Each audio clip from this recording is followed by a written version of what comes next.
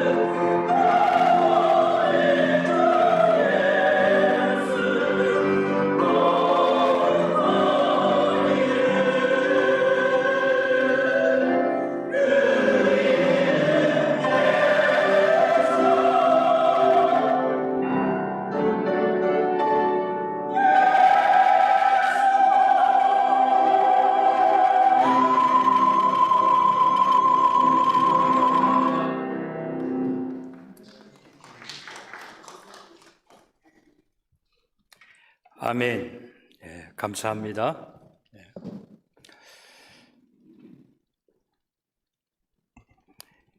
대설이 지나고 난 다음에 눈이 오는 대신 비가 옵니다.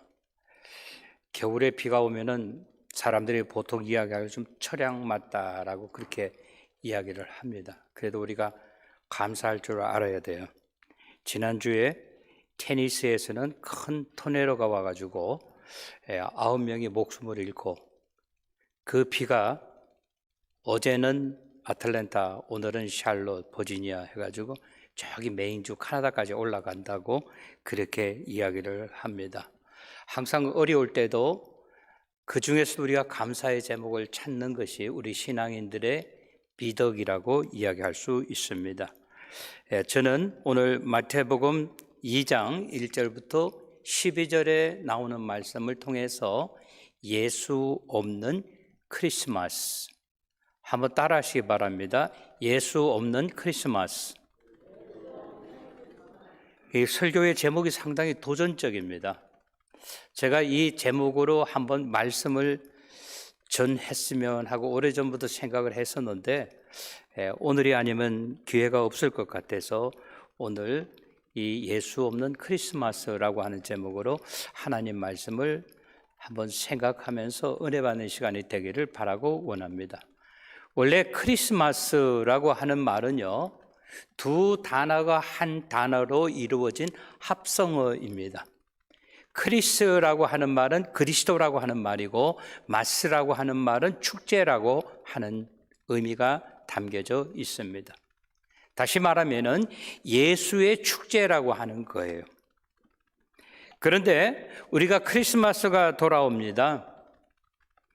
그러나 크리스마스가 오지만 사실 크리스마스 안에서 예수가 실종된 지가 상당히 오래되었다라고 하는 거예요. 한 10년 되었죠. 요즘에는 크리스마스 카드도 잘 주고받지 않습니다.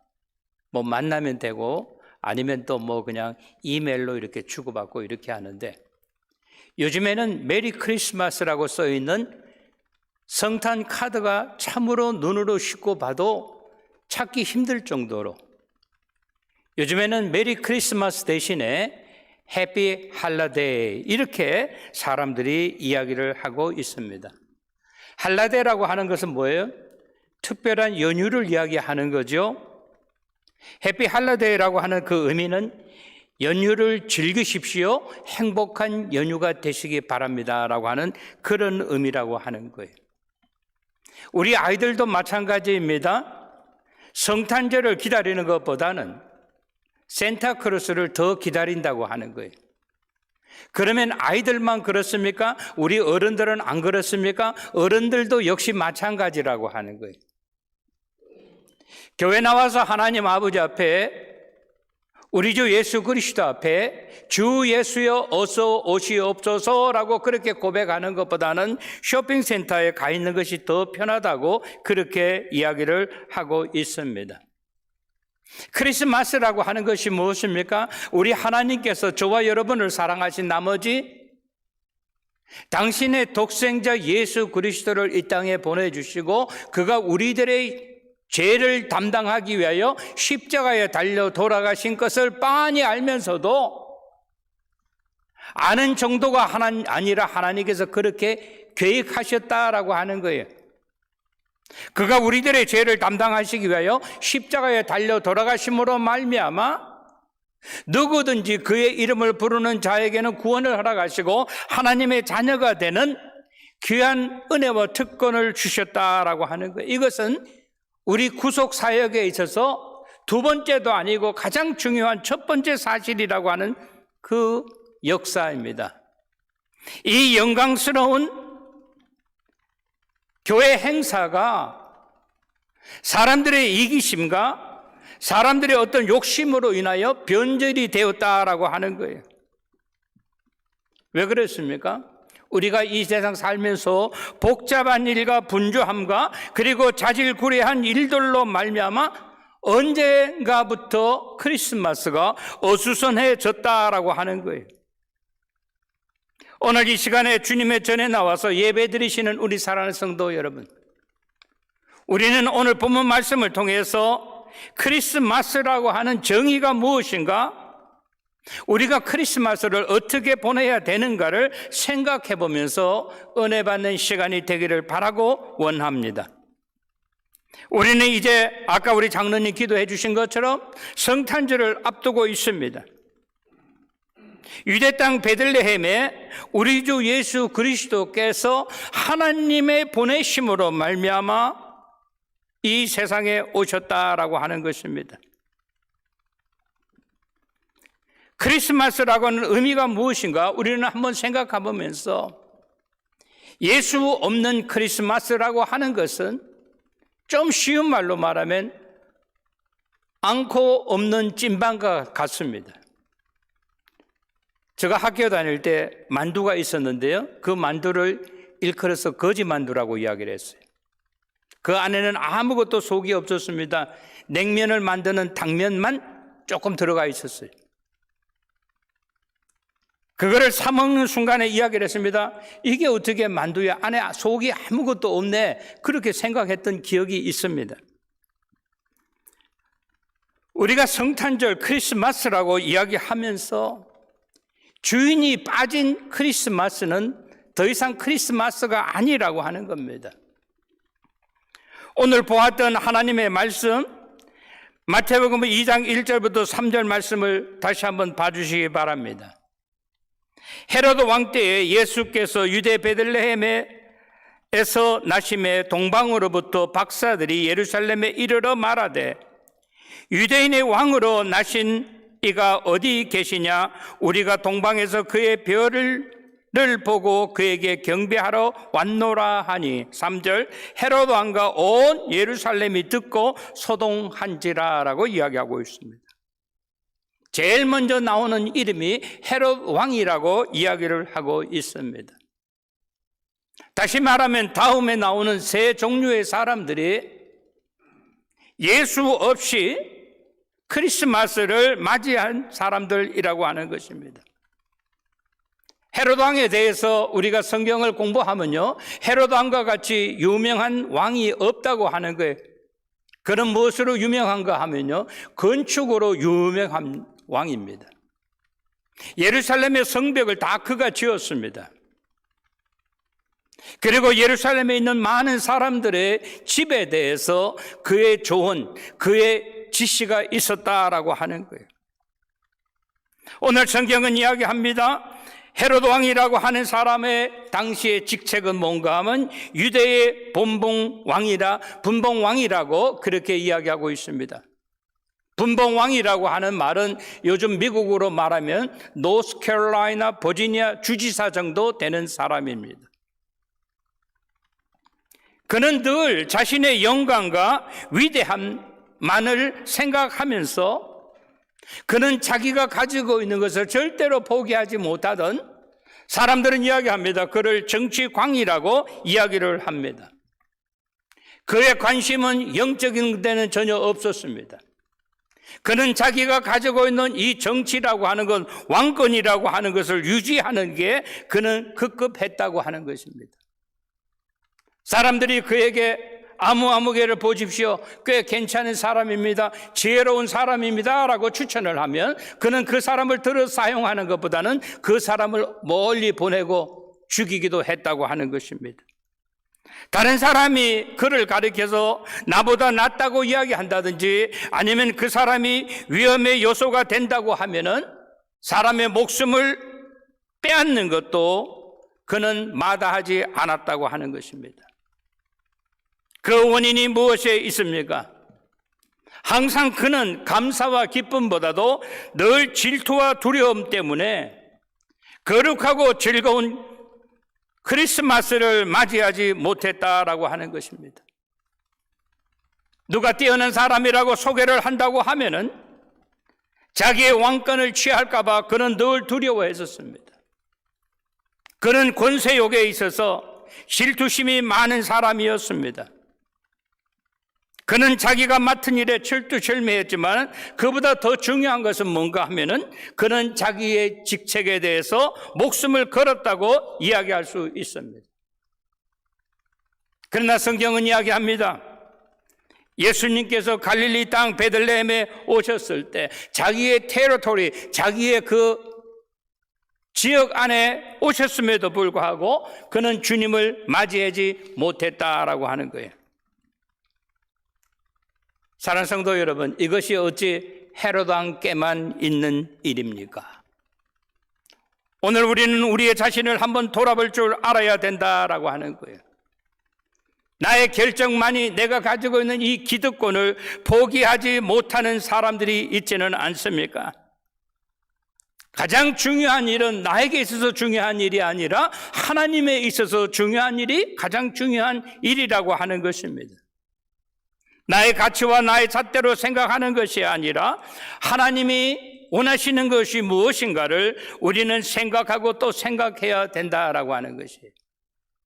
만약에 헤롯 왕이 동방박사들이 찾아와서 그에게 이야기합니다. 유대 베들레헴으로 나신 이가 어디에 있습니까? 라고 물었을 때 그가 그의 마음속에 영적인 것을 생각하는 사람이었다고 한다면 어쩌면 대제사장들과 서기관들과 함께 그 길에 나섰을 수도 있었다고 하는 거예요.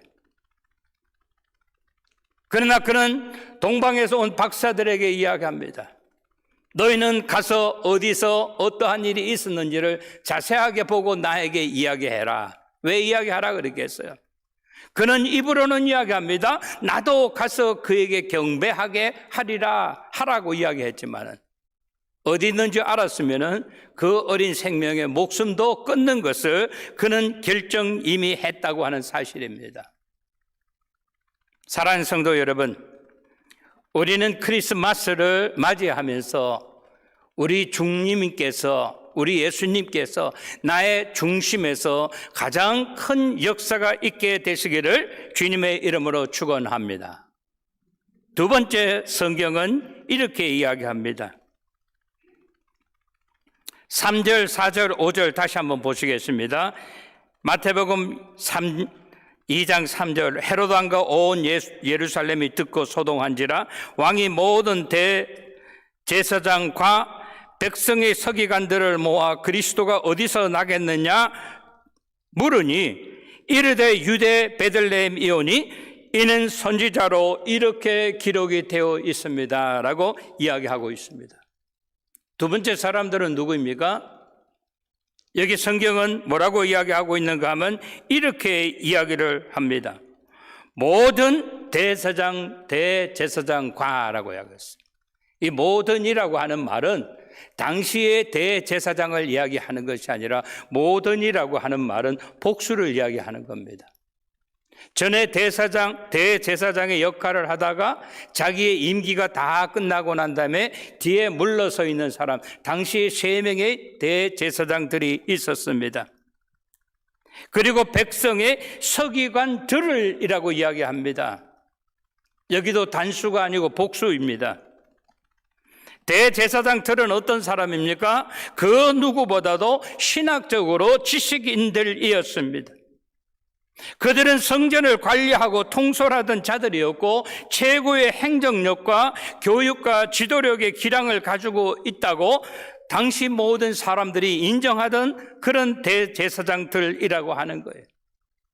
하나님을 아는 것에 있어서는 누구보다도 으뜸인 사람들입니다. 이런 사람을 요즘에 우리 성경 단어로 이야기하면 근본주의자 혹은 원리 원칙에 입각한 사람이라고 해서 원리주의자라고 그렇게 이야기를 합니다. 그들은 성경에 대해서 누구보다도 잘 아는 박사들입니다. 또 서기관들은 어떤 사람들입니까? 다 언어학으로 뛰어난 사람들입니다. 성경 해석에 누구보다도 뛰어난 사람이고 많은 자료를 가지고 있는 사람이고 그 당시의 문화와 역사를 누구보다도 다 잘 아는 사람들이었습니다. 이 두 부류의 사람들은 동방에서 온 박사들의 물음에 대하여 메시아가 태어날 장소를 정확하게 그들은 말해주고 있습니다. 머리로만 안 것이 아니라 그들은 머리로만 알았지 마음은 뜨겁지 못했다라고 하는 거예요. 마음으로 믿지 않았다고 하는 거예요. 우리가 신앙생활을 제대로 하기 위해서는요, 머리는 항상 차가워야 되고 가슴은 항상 뜨거워야 된다고 하는 거예요. 어떤 형편이 어려운 사람을 보면 우리 마음이 뜨겁지 못하면 그들을 어떻게 도와주지 못한다고 하는 거예요. 오늘 만약에 성경에 나오는 대제사장들과 서기관들이 머리가 차가웠고 그리고 가슴이 뜨거웠다고 한다면요, 그들의 궁금증을 해결할 방법이 없어요. 그래서 같이 갑시다라고 그렇게 이야기했을 거예요. 그러나 그들은 어떻습니까?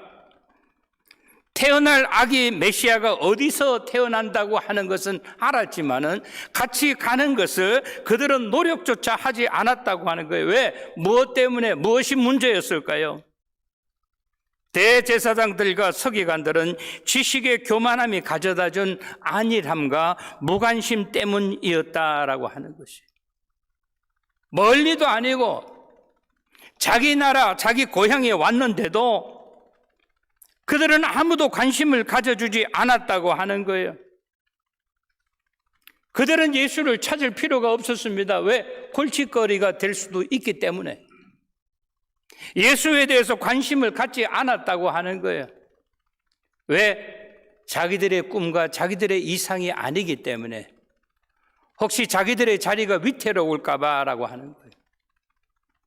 사랑하는 성도 여러분, 바라고 하는 것은 이번 성탄절, 우리가 맞이하는 성탄절에 우리의 가슴이 뜨거워지게 되시기를 바라고 원합니다.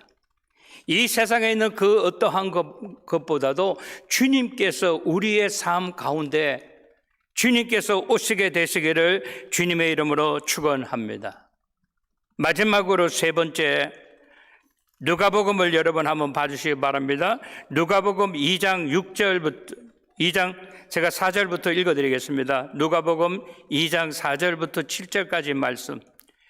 요셉도 다윗의 집 족속이므로 갈릴리 나사렛 동네에서 유다를 향하여 베들레헴이란 하는 다윗의 동네로 그 약혼자 마리아와 함께 호적하러 올라가니 마리아가 이미 잉태하였더라.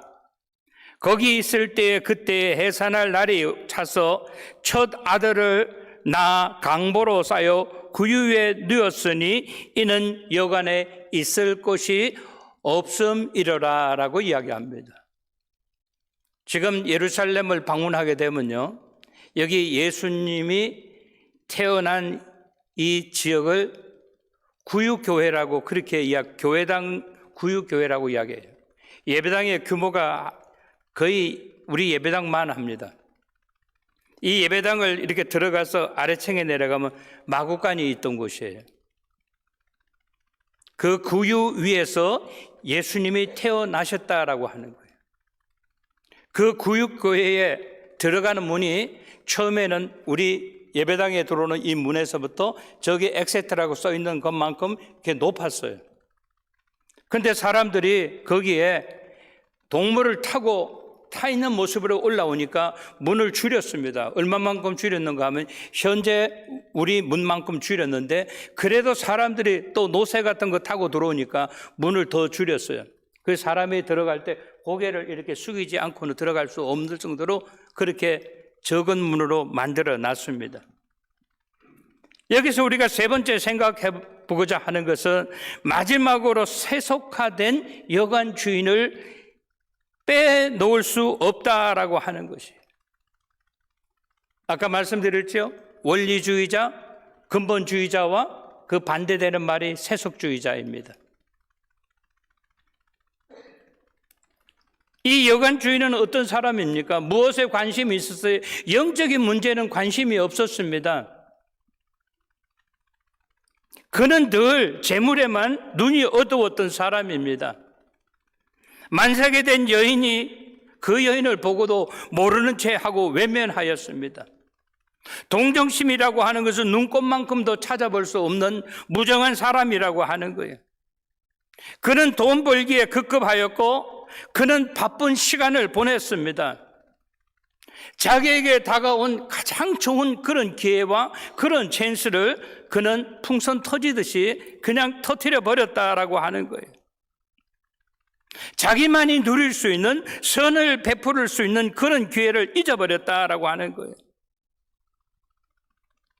어떻게 예수님께서 다른 사람도 아니고 자기한테 왔는데 그것을 어떻게 했어요? 예수님을 맞이할 수 있는 절호의 찬스를 그는 잃어버렸다라고 하는 거예요. 사랑하는 성도 여러분, 오늘날에도 여관 주인과 같은 사람이 얼마나 많이 있습니까?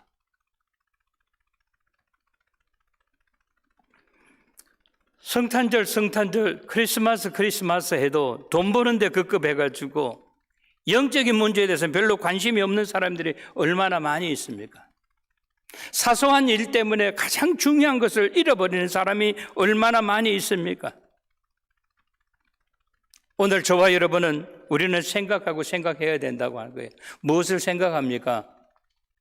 크리스마스의 주인이 누구이냐라고 하는 거예요. 내가 아니라 우리 주 예수 그리스도라고 하는 사실을 우리는 잃어버려서는 아니 된다고 하는 거예요. 세상의 염려와 근심과 걱정으로 그렇게 가득 차 있는 그러한 삶, 돈하면서 돈 벌려고 하는 생각으로 가득 차 있는 그런 삶 가운데에서는 누구를 진정한 예수 그리스도를 영접할 수 없다고 하는 것입니다. 오늘 말씀 정리합니다. 사랑하는 성도 여러분, 예수가 없는 성탄절을 맞이하는 어리석은 자가 되지 아니하고 돈 버는 재미에 빠져서 만삭의 여인을 동정을 베풀지 못하는 그런 잃어버린 크리스마스를 맞이하는 여관 주인이나 세상의 권력을 유지하기 위하여 질투심에 가득하여서 자기 땅에 오신 예수를 그마저도 정적으로 생각하고 그를 없애려고 생각했던 헤로드 왕과 같이 그렇게 하지 아니하고 자기가 가지고 있는 지식, 자기가 가지고 있는 아는 것에 교만함과 냉담함으로 말미암아 종교적인 의식까지도 포기한 대제사장들과 서기관들 같이 잃어버린 그런 크리스마스가 아니라 주 예수여 어서 오시옵소서. 당신은 만왕의 왕입니다. 내가 당신을 환영합니다. 우리 베델 공동체가 주님을 열렬히 환영합니다라고 그렇게 고백하시는 아름답고 의미 있는 성탄절이 되시기를 주님의 이름으로 축원합니다. 우리가 맞이하는 성탄절, 우리 베델 공동체의 성탄절을 뛰어넘어서 아직도 예수 그리스도를 모르는 우리 이웃들에게 주님께서 당신을 사랑합니다라고 아름답고 귀한 소식을 전해주시는 우리 모두가 되시기를 주님의 이름으로 간절히 축원합니다.